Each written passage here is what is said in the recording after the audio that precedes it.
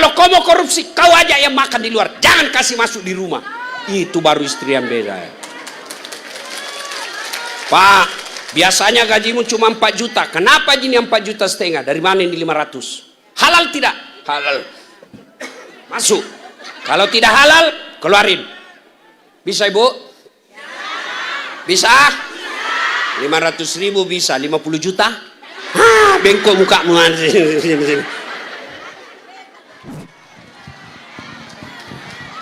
Assalamualaikum warahmatullahi wabarakatuh.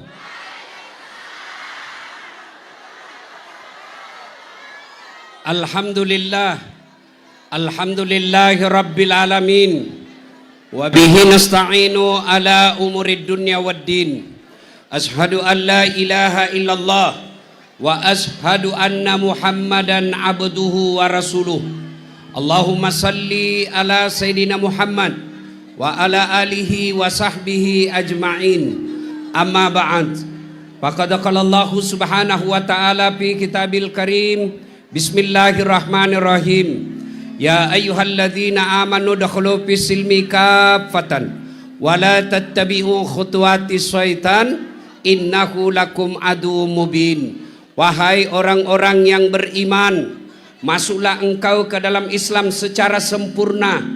Bukan Islam gimik-gimik, bukan Islam pilcaleg, bukan Islam pilkada. Islamlah secara benar.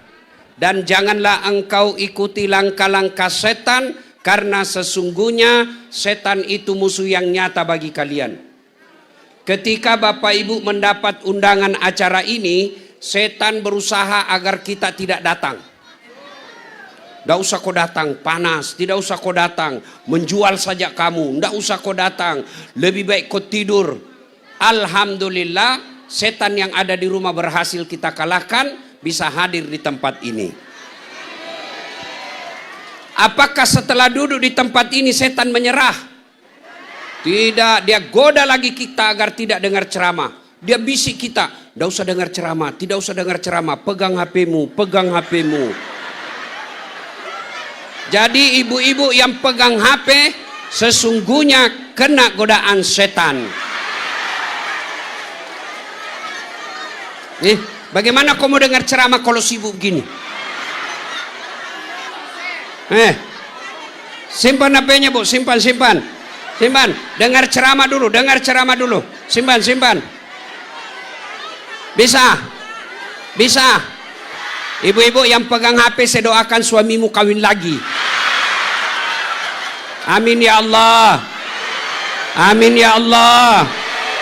Bapak-bapaknya paling tinggi aminnya. Simpan dulu HP-nya bu, serius. Waktu saya terbatas. Sudah ya? Ustadz, kita mau rekam. Kalau bapak ibu yang rekam, gambarnya tidak jelas, suaranya bising. Kita mau dengar nanti Ustadz. Tuh ada kamera saya bawa dari Makassar. Tuh ada kamera. Biar dia yang rekam.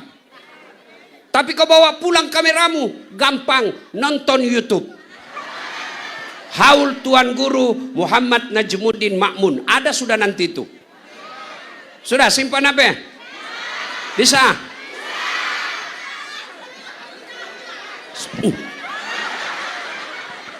Simpan. Ayo. Wa qalaidan bismillahirrahmanirrahim. Ya ayyuhalladzina amanu taqullaha haqqa tuqatih wa la tamutunna illa wa antum muslimun. Wahai orang-orang yang beriman, bertakwalah kalian kepada Allah dengan sebenar-benarnya takwa. Dan janganlah kalian mati kecuali dalam keadaan beragama Islam.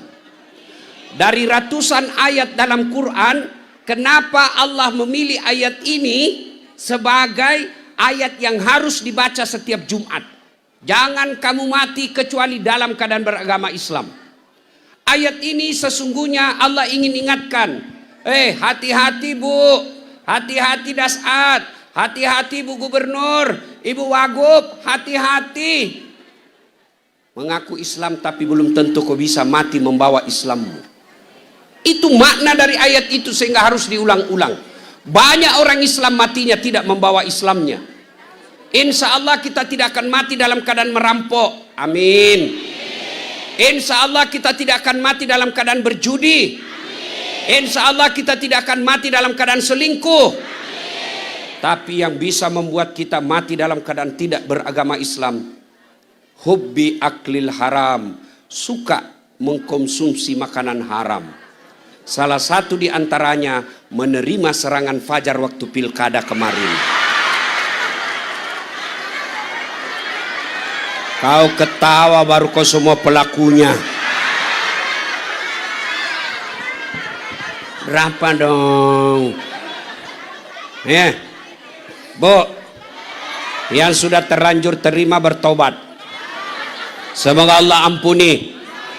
Syarat kedua, kembalikan uangnya caleg, terutama yang kalah. Ya, ya. Wa qalaidan bismillahirrahmanirrahim. Innallaha wa malaikatahu yusalluna 'alan nabi. Ya ayyuhalladzina amanu sallu 'alaihi wa sallimu taslima. Sesungguhnya Allah dan para malaikatnya bersalawat kepada Rasulullah Muhammad sallallahu alaihi wasallam.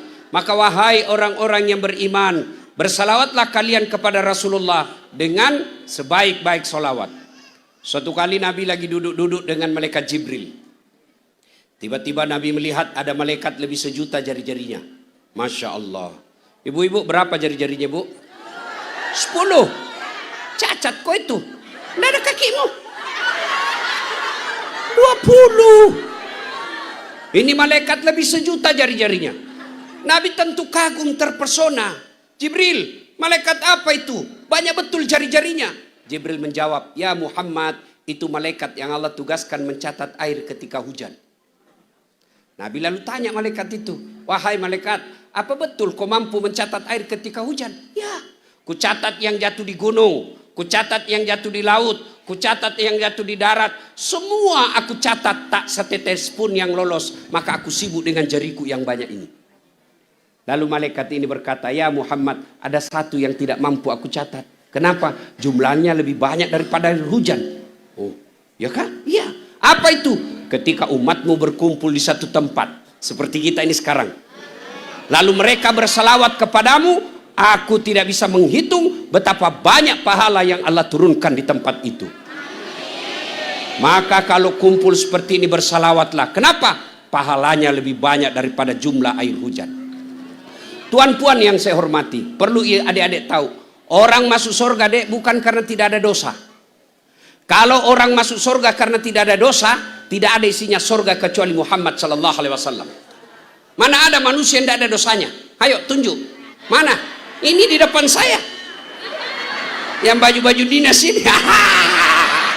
Muka-muka penuh dosa juga sih, lihat semua ini. Apa? Ini yang bicara. Bapak pikir tidak ada dosa saya? Dosa saya paling banyak. Apa? Dosa mata. Banyak barang bagus. Dilihat dosa, tidak dilihat. Kau yang bilang kan? Allah. Mana ada orang dosa? Tidak ada. Dasar, jangankan sedulur-sedulur, jangankan saudara-saudaraku, kurang apa mulianya para nabi? Nabi pertama yang Allah turun ada dosanya, Nabi Adam. Apa dosanya Nabi Adam, Bu? Makan buah khuldi. Kakek para nabi, Nabi Ibrahim, ada dosanya. Apa? Bohong ketika diadili. Nabi Yunus ada dosanya. Kapan? Dia sangka buruk dalam dakwah, dia tinggalkan tugasnya sebagai mubalik. Nabi Nuh ada dosanya, gagal didik anaknya. Itu nabi. Apalagi ibu. Banyak pinjol.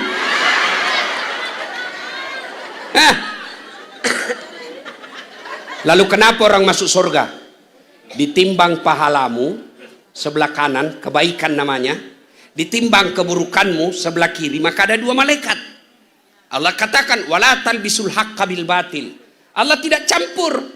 Maka ditimbang amalmu sebelah kanan, kebaikan, timbang keburukanmu sebelah kiri, ternyata timbang punya timbang lebih berat pahalamu daripada dosamu, meskipun selisihnya 0,1%. Maka itu prinsipnya, kalau kau tidak bisa berbuat amal, jangan banyak dosamu. Kalau banyak dosamu, usahakan lebih banyak kebaikan kau lakukan. Supaya apa? Ketika ditimbang, pahalamu lebih berat daripada dosamu. Maka saya mau ajak salawat, boleh? Boleh? Kita tanding, mana lebih kencang suaranya emak-emak dengan bapak-bapak. Ya? Nah, sekarang yang merasa jenis kelamin perempuan, laki-laki diam dulu. Hah? Perempuan dulu. Ini kalau ibu mati kan namanya, kalau ibu-ibu mati namanya almarhumah. Kalau bapak namanya kalau bencong aluminium.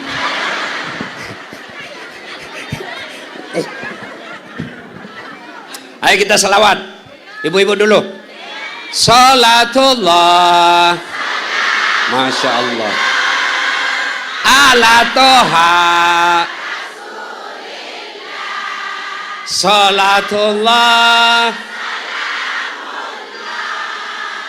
Ala Yasin. Masya Allah. Nilainya 9,6. Oke. Sekarang bapak-bapak, ayo Pak, jangan mempermalukan jenis kelamin kita. Ayo. Yuk, adik-adik, yuk. Salatullah. Alat. Salatullah. Ala Yasin. Masya Allah, nilainya 9,8. Saya hakim. Diam. Ibu bapak diam, kita dengar yang di atas. Kita dengar Ibu Wagub ya. Ayo Bu, jangan mempermalukan kepala dinas. Ayo. Salatullah. Diam ibu diam, biar dingin. Salatullah. Ala Yasin. Berapa nilainya ya? Nilainya 100. Ya, beliau yang ngundang saya. Kalau saya kasih sedikit nanti honor saya dikurangi. Ibu Wagub, saya pernah salah menerima honor. Jadi di Makassar itu Tuan Guru, kalau malam biasa 2 ceramah saya. Selesai ceramah pertama jam 9, saya buru-buru ke ceramah kedua.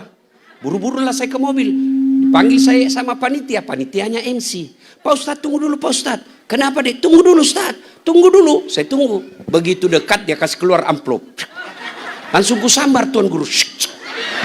Kan malu kita kalau lama-lama dilihat kan. Nah, sudah langsung masuk. Duduklah saya di atas mobil. Begitu duduk saya bilang sama sopir saya, alhamdulillah dapat honor rezeki malam ini. Begitu kubuka Pak Bu Wagub, salah kasih panitianya. Apa dia kasih saya? Susunan acara. Allah. Jangan dicontoh ini Bu Wagub ya, jangan dicontoh. Ini jelek, ini contoh yang salah. Ini contoh yang salah ya. Ayo kita semua sama-sama, yuk. Salatullah. Ala toha Rasulillah.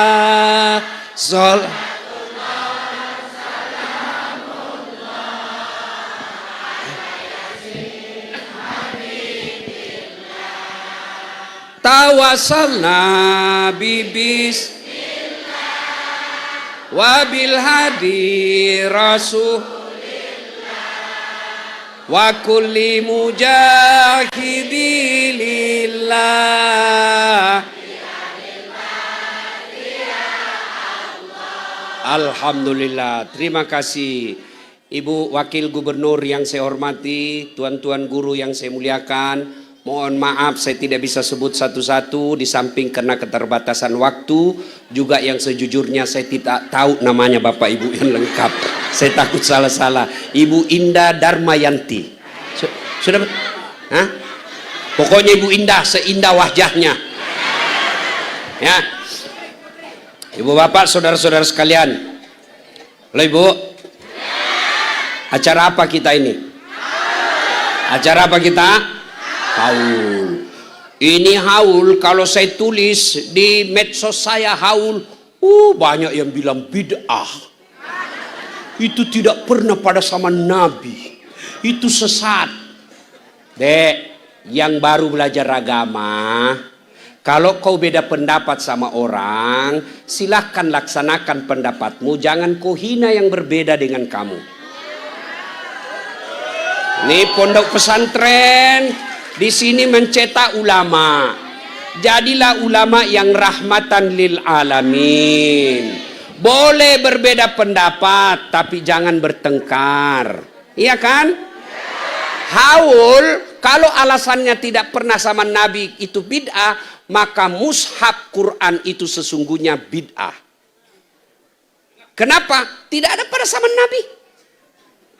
Mana ada buku pada zaman Nabi? Tidak ada itu. Yang ada adalah sahabat yang hafal Quran dan yang ditulis di lembaran-lembaran daun kurma. Iya. Pada zaman Nabi tidak ada penamaan juz. Tidak ada juz 1, juz 2, tidak ada. Tidak ada penamaan nama surah. Itu tidak ada titik komanya, tidak ada titik atas bawah. Itu semua kalau dikatakan tidak ada pada zaman Nabi, maka bid'ah itu. Ini pakai mic ceramah. Ini Nabi tidak pernah pakai mic ceramah. Ini juga bid'ah. Akos ceramah tidak pakai mic.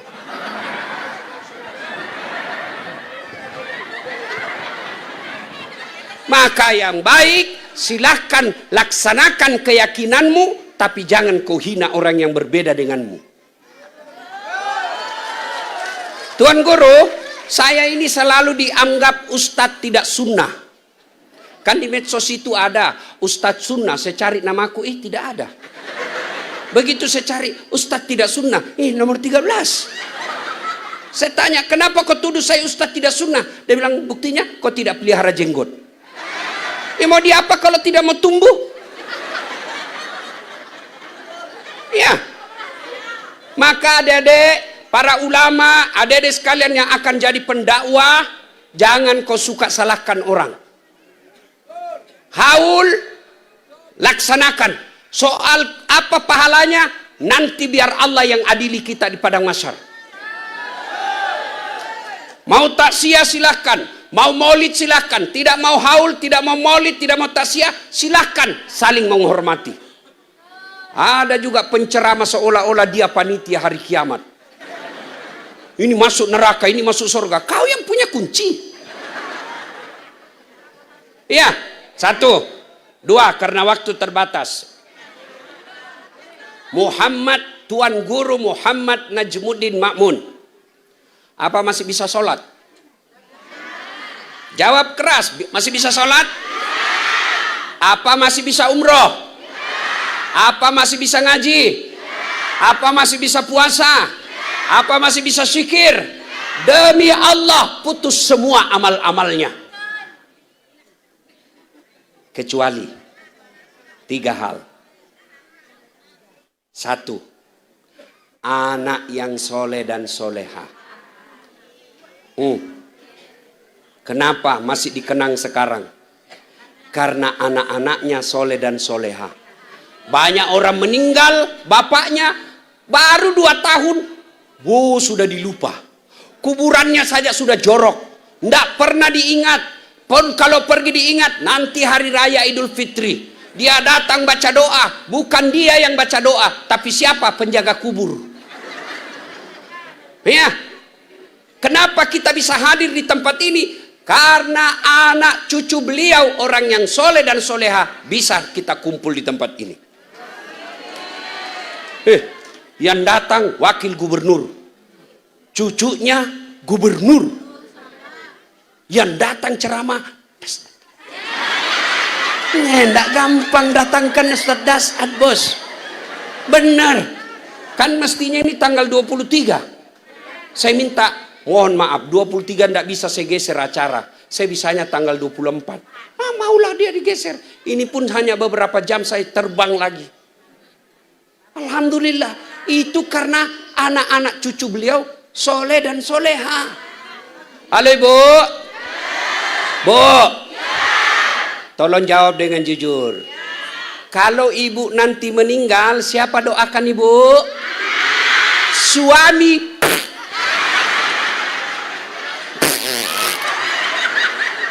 Suami deh. Kawin lagi, Bu. Tapi saya dapat berita gembira hari ini dari Ibu Wakil Gubernur. Dia bilang, Ustadz, di Pulau Lombok ini beda dengan di Bima. Di Pulau Sumbawa beda, Ustadz. Kalau perempuan di sini poligami tidak masalah. Kalau di sana di Bima, Ustadz, dia potong ke kalau poligami. Oh, karena saya bilang karena orang-orang Bima banyak bertautan darah dengan orang Bugis. Orang Bugis jangan kau coba poligami. Dia potong ke kalau kau tidur. Kami orang Bugis tidak ada takut sama istri. Tidak ada. Cuma istri kami lebih berani. Ayo, Bu. Kalau ibu meninggal siapa doakan, Bu? Suami jangan kau harap. Menangis sebelah kanan matanya, sebelah kiri buka mana penggantinya. Bu, dia dengarlah istri saya ceramah saya ini. Pulang dia bajak ngomong saya, Ustadz. Katanya Ustadz kalau istri meninggal suami kawin lagi. Jadi kalau nanti takdir saya lebih dulu meninggal, Ustadz kawin lagi. Saya peluk dia, Bu. Saya kasih tahu, sayang, dengar baik-baik ya. Kau dengar baik-baik. Jangankan kau meninggal, masih hidup saja saya sekarang, saya selalu berpikir kawin lagi. Apalagi kalau kau sudah mati. Ya tuh Tuan Guru. Tuan Guru mau juga, cuma kan enggak berani. Ayo. Siapa yang doakan kita? Anak. Ini ada kepala dinas. Kalau Bapak meninggal, siapa yang doakan Bapak? Jangankan meninggal, Pak. Bapak punya jabatan saja, anak buah dibawa doakan Bapak cepat pensiun. Supaya ada yang ganti, Pak.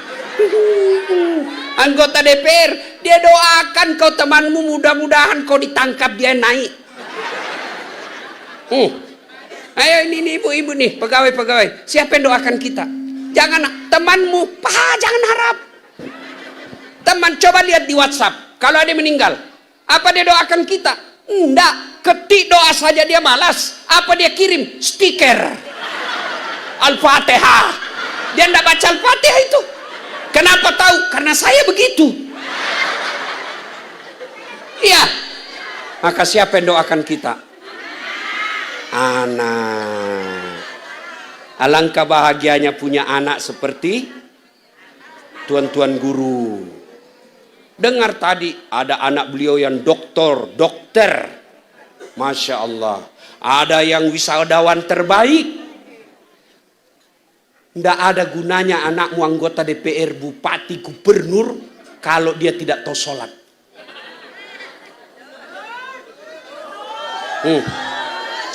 Tidak ada gunanya anakmu jadi polisi kalau dia cuma minta-minta uang di jalan.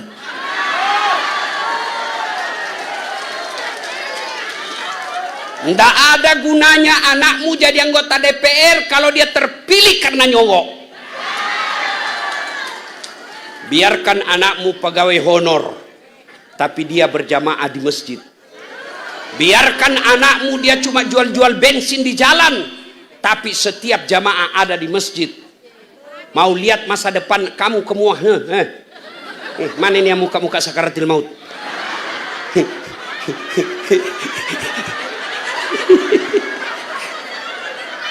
Ayo, Bapak Ibu mau tahu masa depan kita semua nih?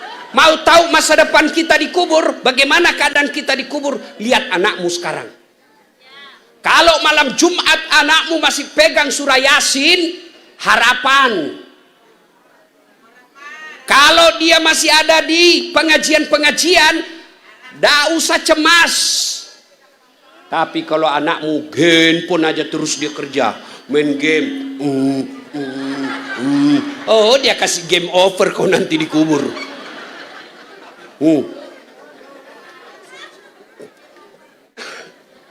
Bu, ibu saya dulu, Bu, tidak ada yang hormati di kampung. Bapak saya tidak ada yang hormati di kampung. Setelah saya jadi ustadz, karena bapak saya miskin, ibu saya juga miskin, ya kan? Oh, saya bikinkan masjid bapak saya, Masjid Abdul Latif. Ibu saya bikinkan Masjid Hajjah Sitimang.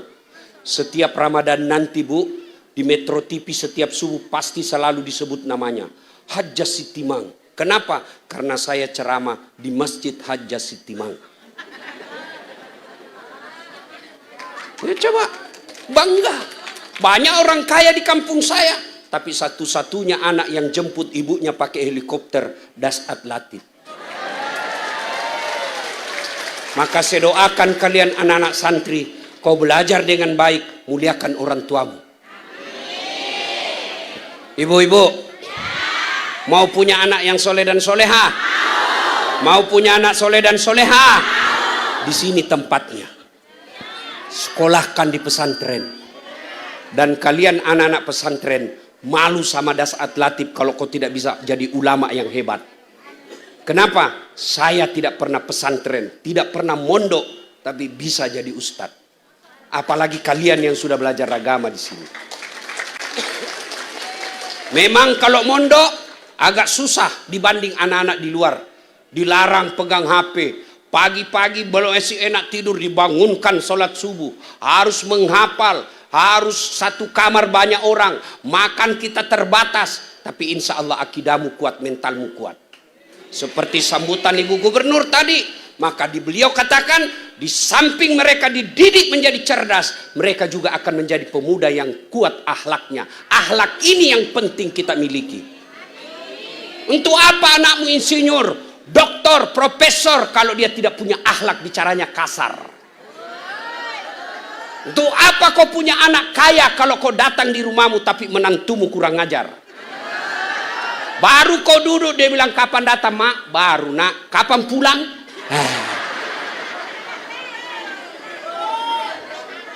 Ibu, Bu, saya mau tanya, bisa ndak anakmu jadi tentara, tidak pernah daftar tentara? Bisa ndak anak bapak jadi dokter, tidak pernah kuliah fakultas kedokteran? Bisa ndak anak bapak jadi anggota DPR, tidak pernah caleg? Bisa, bawa kursi sendiri. Gila. Bisa ndak anak bapak ibu sekalian jadi polisi, tidak pernah daftar polisi? Tidak mungkin. Tapi bisa ndak anak kita soleh dan soleha meskipun tidak ada sekolah? Bisa. Berarti lebih gampang mendidik anak menjadi soleh dan soleha daripada jadi tentara, daripada jadi dokter, jadi anggota DPR. Habis duit. Coba. Ya. Mau jadi anak yang soleh dan soleha, satu, jangan kasih makan uang haram anakmu. Itu dulu. Itu dulu. Ibu saya setiap ditanya, gimana bisa Ustaz? Saya pelihara anak saya. Caranya apa? Jangan kasih makan uang haram. Maka ibu-ibu, bapaknya boleh korupsi tapi jangan kasih makan di rumahmu. Kalau kau mau korupsi, kau aja yang makan di luar. Jangan kasih masuk di rumah. Itu baru istri yang beda ya. Pak, biasanya gajimu cuma 4 juta. Kenapa gini 4,5 juta? Dari mana ini 500? Halal tidak? Halal. Masuk. Kalau tidak halal, keluarin. Bisa ibu? Bisa? 500.000 bisa. 50 juta? Bengkok mukamu. Bu, ada ndak orang mati kelaparan? Dari Ibu Wagub tadi saya dapat informasi, salah satu kehebatan di sini masyarakatnya masih gotong royong. Nggak ada orang di pulau ini mati kelaparan. Lalu kenapa orang tua terlalu mencemaskan perutnya anaknya? Kita cemas mati. Nah, nanti apa rumahmu nak? Nanti mana kau tinggal nak? Apa kau makan? Apa mobilmu? Nggak usah cemas. Allah sudah jamin rezekinya anakmu. Yang kau cemaskan kalau anakmu nggak sholat. Yang kau cemaskan kalau anakmu dibonceng cowok yang bukan mahramnya. Yang kamu cemaskan kalau dia pergi berdua-duaan nggak malu. Itu yang perlu dicemaskan. Nggak usah cemas perut. Ibu, Pak, tahu cicak? Tahu cicak? Apa dia makan itu cicak? Nyamuk. Masuk akal enggak? Satu di dinding, satu terbang. Di mana ketemunya? Nggak ada bandaranya. Tapi apa kata lagu waktu kecil? Cicak-cicak di dinding, diam-diam merayap. Datang seekor nyamuk, nyamuk yang datang. Tidak dikatakan lagu cicak lompat ke nyamuk. Patah-patah kasihan. Allah sudah jamin rezekinya. Maka saudara-saudaraku, jangan pernah cemaskan isi perutnya anakmu. Karena Allah sudah jamin. Yang kau cemaskan masa depan agama dan akhlaknya. Pesantrenlah tempatnya. Kirim anak kita ke pesantren. Adik-adik, kalau di pesantren, jangan kau merasa hidup disisihkan dan dijauhkan dari keluarga. Tidak. Orang sekolah memang bersusah-susah dulu. Ada kata lagunya Umi Rama itu. Ini lagu-lagunya para pegawai honor. Berakit-rakit dahulu, berenang-renang ke sakit-sakit dahulu, susah-susah dahulu, lalu kemudian tetap susah. Itu pegawai honor itu.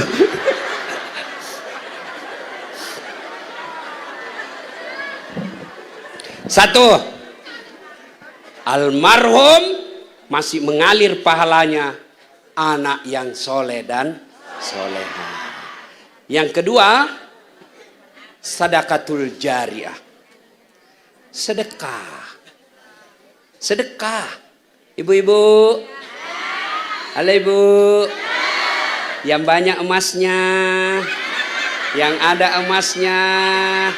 Kalau ibu meninggal siapa yang punya emasnya, Bu? Anak, bukan istri kedua. Diambil lagi istri kedua emasmu. Begitu ibu meninggal suamimu menangis. Diambil dulu cincinmu. Nggak mau keluar dikasih sabun. Ini cincin. Sudah diambil lagi kau punya gelang. Saya belikan kau waktu umroh dulu. Diambil lagi kau punya kalung. Ini orang tahu pernikahan kita. Terakhir diambil gigi palsumu.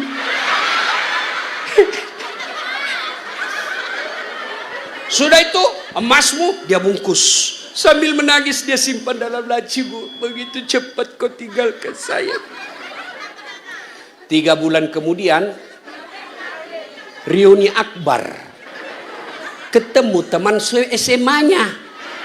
Bagaimana kabarmu? Waduh, saya janda.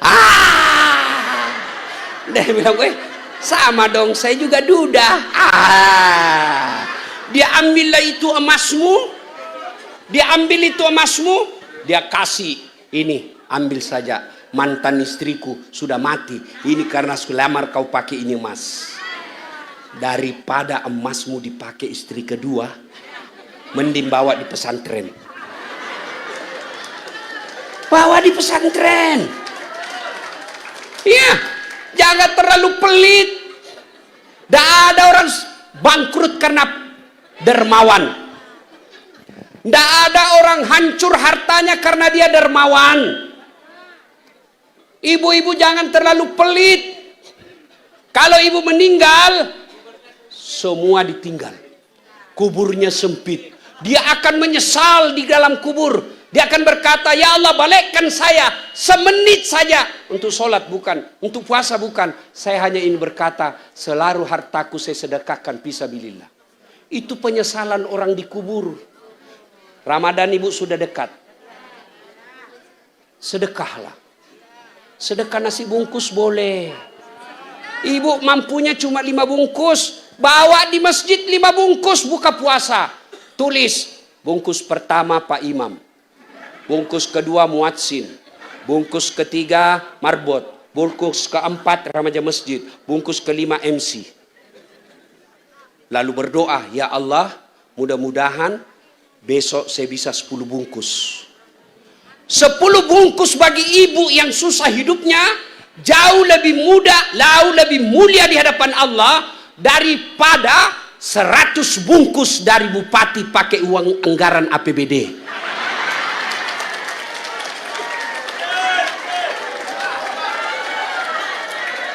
Bukan di sini, bukan di sini. Sana. Ya, sedekah. Pak. Halo Pak. Pak. Pak. Mau punya anak penghafal Quran? Ustadz, saya mau punya anak hafal Quran, tapi anak saya sudah dewasa semua, sudah menikah semua. Bagaimana caranya? Tidak bisa lagi dia hafal Quran. Al-Fatihah saja dia belum pautan, Ustadz. Jangan putus asa. Datang ke Tuan Guru. Berapa anak penghafal Quran di sini? Ada 200. Saya biayai 1 orang. Itu sama anak kandungmu di hadapan Allah. Dan demi Allah Pak, orang yang sedekah bahagia hatinya. Karena masuk waktu asar. Yang ketiga, ilmu yang bermanfaat. Bapak, saudara-saudara sekalian, ketika mendapat dakwah di medsos, WhatsApp grup, kalau dia baik, sebarkan. Sama pahalanya Bapak penceramah. Bapak dengar ceramah saya, lalu Bapak sebarkan, sama pahala yang Bapak dapat pahala saya, tanpa mengurangi pahala saya. Bapak, saudara-saudara sekalian, maka 3 inilah, anak yang soleh dan soleha, sedekah, dan ilmu yang bermanfaat berkumpul di pesantren ini. Dan ini buktinya hari ini. Maka ibu bapak ada anak, kirim ke masjid, kirim ke musola, kirim ke pesantren untuk sekolah dan belajar agama. Kita bersyukur kepada Allah karena bupati dan gubernur dan wakil gubernur tadi sudah berjanji akan memberikan tunjangan ataupun perhatian khusus kepada para pondok-pondok pesantren agar mereka bisa tumbuh, karena diyakini pesantren ini adalah sumber kecerdasan dan sumber akhlakul karimah. Biar cerdas kalau tidak berakhlak tidak ada gunanya. Biar cerdas tapi tidak punya moral tidak ada gunanya. Orang cerdas tidak punya moral jauh lebih bahaya daripada binatang. Bapak tahu kambing? Tahu kambing, Bu? Itu kakak saya jual beli kambing di kampung. Kalau ada kambingnya nakal, dia telepon penjaganya, jual. Sampai di pasar, tidak ada beli. Bawa pulang, potong, kita makan, bagi-bagi dagingnya, rame-rame kita makan 1 RT. Kambing nakal, potong, jual. Tidak ada yang beli, potong, kita makan sama-sama. Tapi kalau ada anak sedulur-sedulur nakal, tidak sholat, tukang tipu, narkoba, mau diapain? Siapa yang mau makan? Siapa yang mau makan? Jual, siapa yang mau beli? Itulah makna dari Al-Quran mengatakan, manusia kalau tidak punya moral lebih hina dari binatang. Maka agar anak turunan kita tidak menjadi hina sehina-hina seperti binatang, bawa mereka ke pesantren. Kepada para pejabat yang hadir di tempat ini, kita memberikan dukungan moral kepada beliau-beliau. Doakan panjang umur, selamat dalam memimpin kita. Tapi jangan lupa pondok pesantren harus dimajukan. Ingin rasanya berlama-lama, tapi waktu jualah yang membatasi kita. Saya ingin juga berpantun sebelum saya akhiri. Bilang cakep ya Bu ya. Dari mana datangnya cinta? Dari Facebook turun ke WA. Dari mana datangnya kecewa? Setelah terpilih ternyata berbeda. Untuk apa berkain batik kalaulah tidak berkain kebaya? Untuk apa berwajah cantik kalau hanya membawa bahaya? Demikian, lebih dan kurangnya mohon dimaafkan. Usikum wa nafsi bitaqwallah, fastabiqul khairat. Assalamualaikum warahmatullahi wabarakatuh.